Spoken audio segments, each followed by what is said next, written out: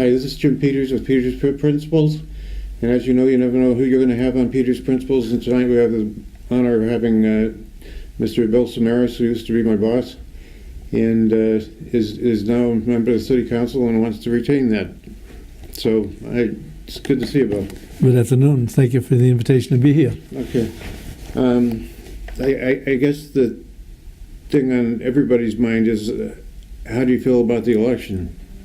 Well, I mean, I was pleased with the election, but when asked, based on where you finished, how do you feel? I said, I feel very good, but I know that, I said the next day I'm gonna have to get out there and work even harder. That's the one thing we know. I mean, preliminary election. Yes, the preliminary election, and that sort of gives you an idea where you're at. But this election is such that I think there could be a lot of changes in the regular elections. So we'll see what happens. Mm-hmm. Or there could be some it could go any direction in a sense.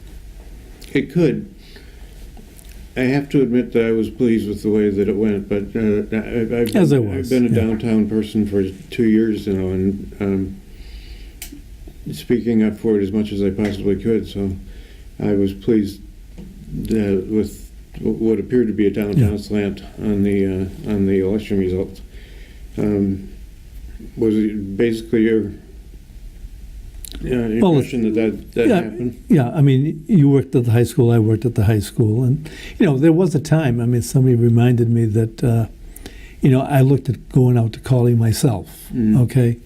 And but the thing, after giving this really serious thought and having a lot of conversations with students, former students over the years, and during this particular time, okay, to me it's very important that we stay in the downtown.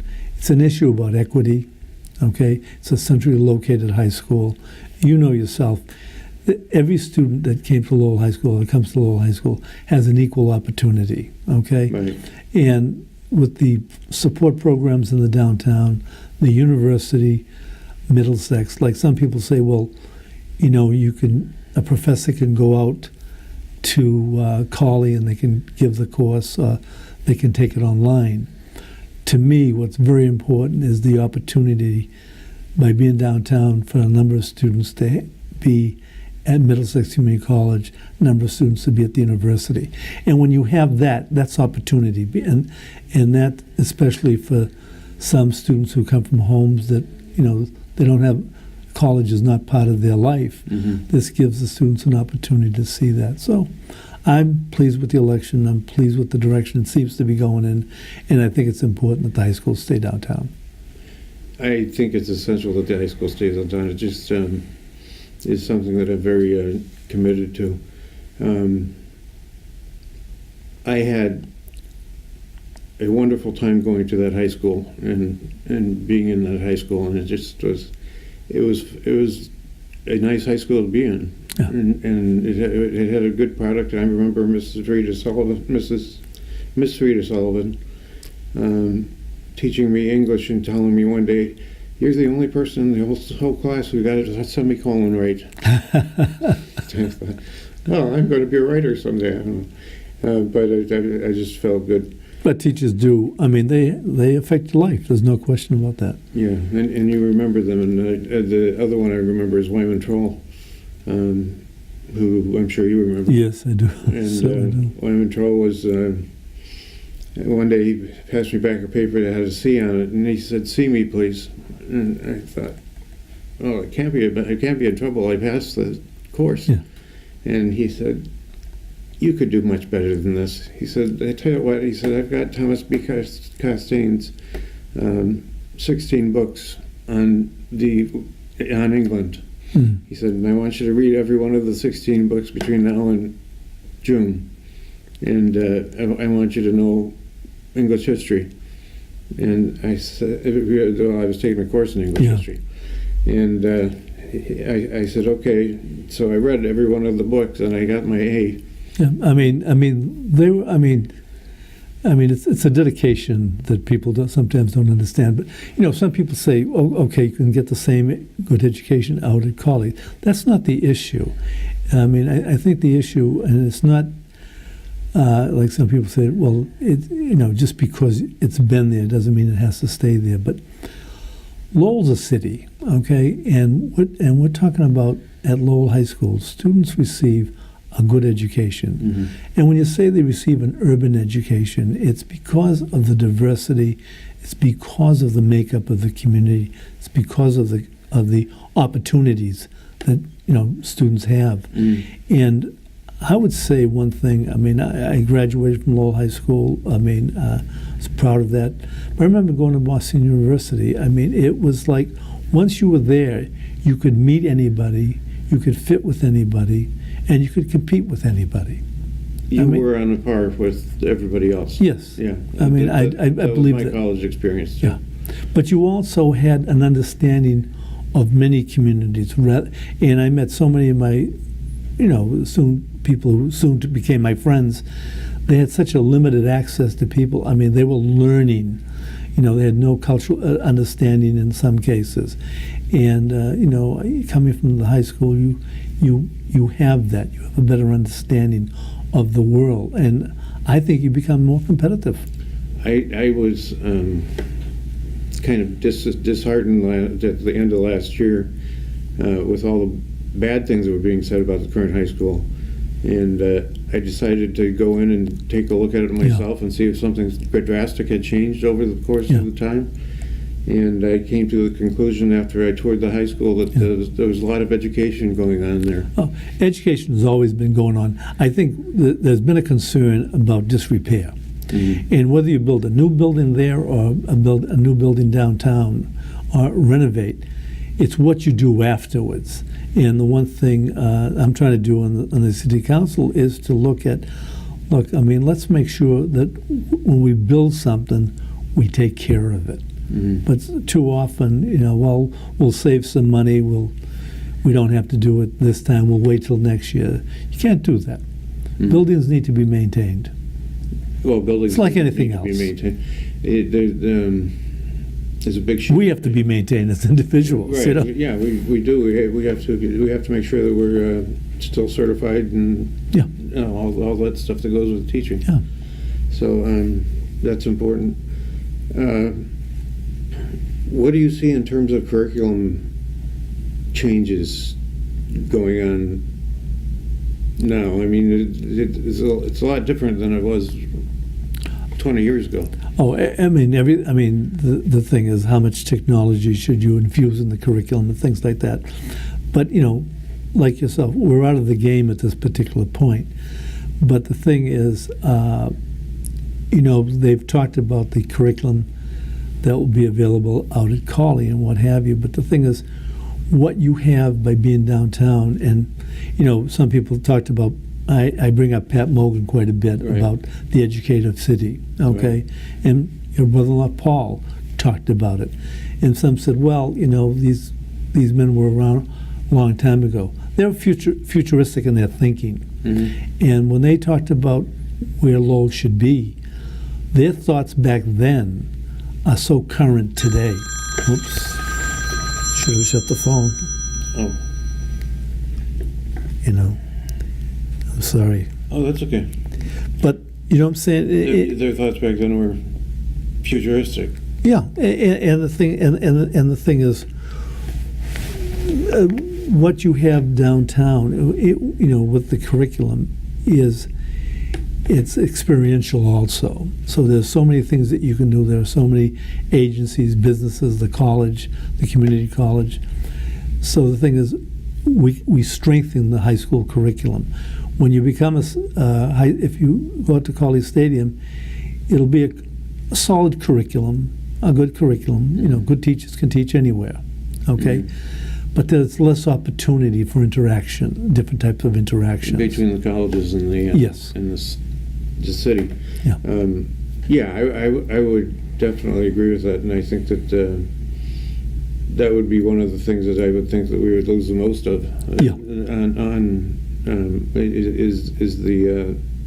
Is the good relationship between MCC and UMass Lowell and the high school. Yeah. So, I did uncover something that was kind of interesting.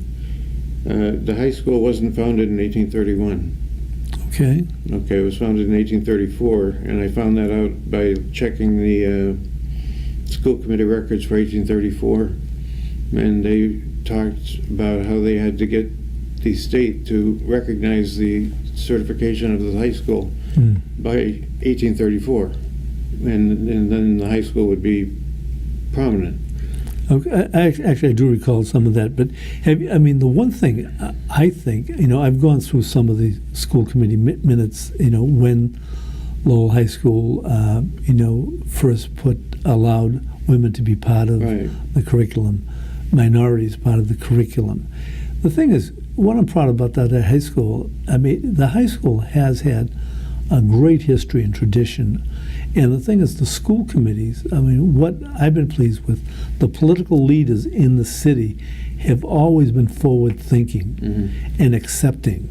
The history that Lowell has, I'm very proud of it. I'm proud to be able to say I've been part of that picture, and we all hope that we've made some contribution towards that. But the thing is, when you look at the history, I think what we should be doing is really taking some of these records out and making them available for people to read, because when it talked about integration, things like that, they were doing things because it was the right thing to do, when no one was even thinking about that.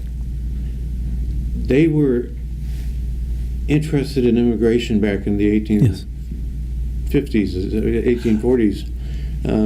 The same talk that we have today, they were talking about it then. Yeah, they were talking about the Irish school and the need for an Irish curriculum or an Irish related curriculum and that type of thing back when.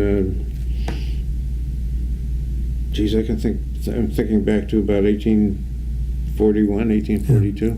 Those times, yeah. Yeah. So it really is interesting, and I always wanted to ask you, how did the academies work out? I don't know where they're at. They still have some fun, but the thing is, Lowell High School is a large high school, and the one thing that we had to do was make it smaller in a way, and it's smaller in a sense by houses, but those are primarily for discipline and attendance. But by creating the academies, you created schools within a school.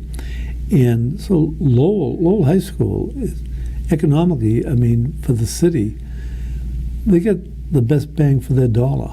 Because some people say perhaps it would be nice to have two high schools, but you need two sets of administrations, you need so much. But at the high school, a lot more money can go into the product itself and helping students. Well, I tried to point out to people that we have a high school building in place already, and that if we put a $336 million building on, well, I hate to say where the dentists are, but where the dentists are, if we put a $336 million building on that spot with labs and technical expertise and everything that we're looking for, we'll have $500 million high school in effect, and that seems to me to be a really good board to dive off of. Well, the one thing you're talking about is creating a very good campus in the downtown. It wouldn't have all of the fields, but what it would have is, talking to the former headmaster Brian Martin, we talked about the students having access to jobs at the bank, internships. You say, well, you can go anywhere in an internship, but time is an issue, and it's just a matter of walking out of the high school and walking several blocks to many types of opportunities, whether it's working in the Congresswoman Sangas's office, or working at City Hall, doing different projects, or working at really the Saints Memorial Hospital, in the town. You have access to everything, and it's all about opportunity. That's what I want to ensure that stays. So what are the city projects are coming up that are interesting? Well, I'll tell you, the Hamilton Canal really has been buzzing along. I mean, we're very pleased with that. The thing is, the courthouse, we talked, I mean, you've been in the city a long time, and for what, 15 to almost 18 years, we heard about the courthouse coming to Lowell, okay? It's there. It's going to be a reality, Right. okay?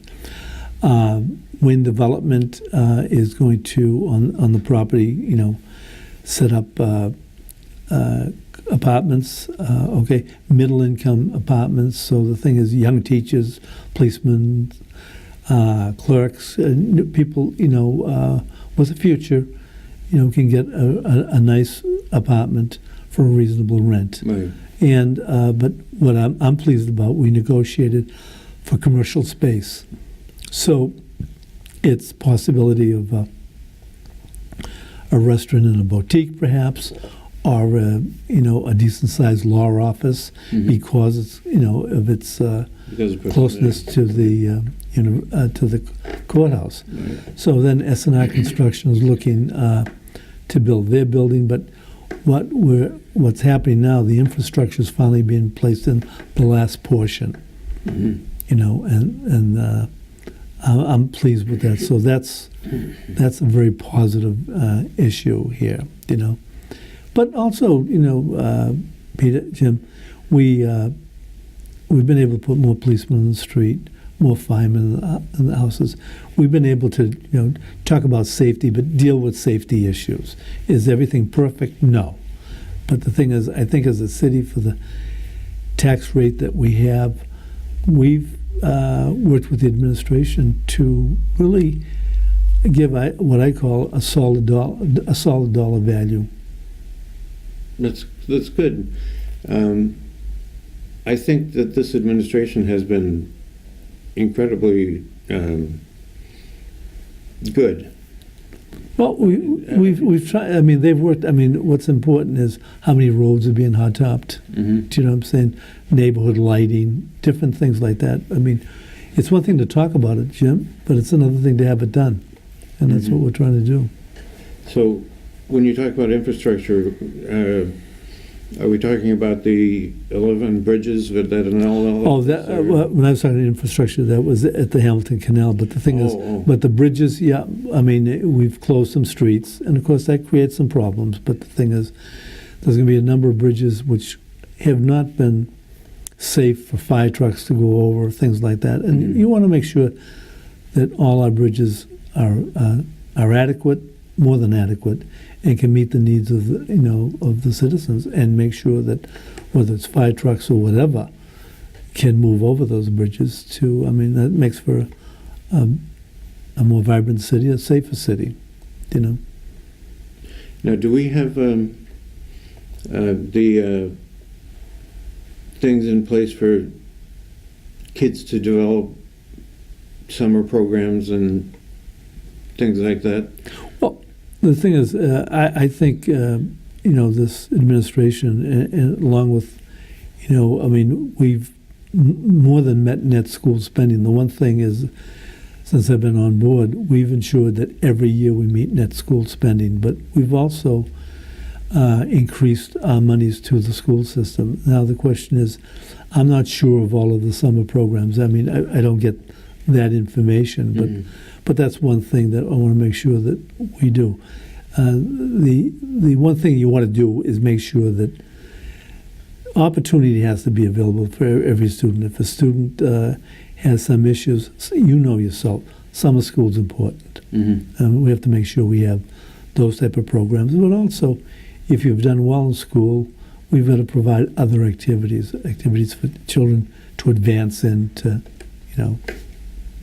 Okay. Well, the thing that caused me to ask that is, I remember that group that Steve Gendron was responsible for back in the 80s, I think, maybe in the 90s. And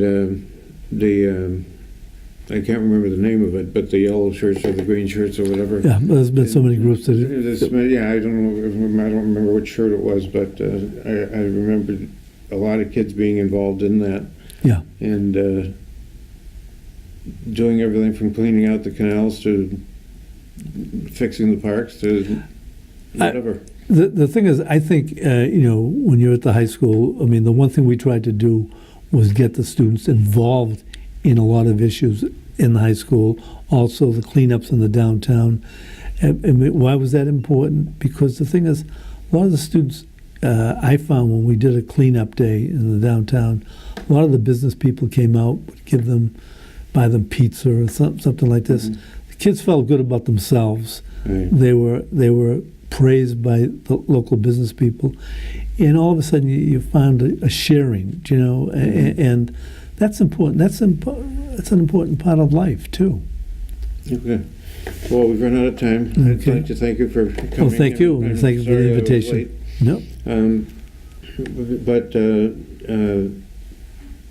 I am pleased with the way the city's going, and I'm definitely going to vote for you again. And thank you. that's the way it goes. So thank you very much. Thanks, Jim. Thanks a lot.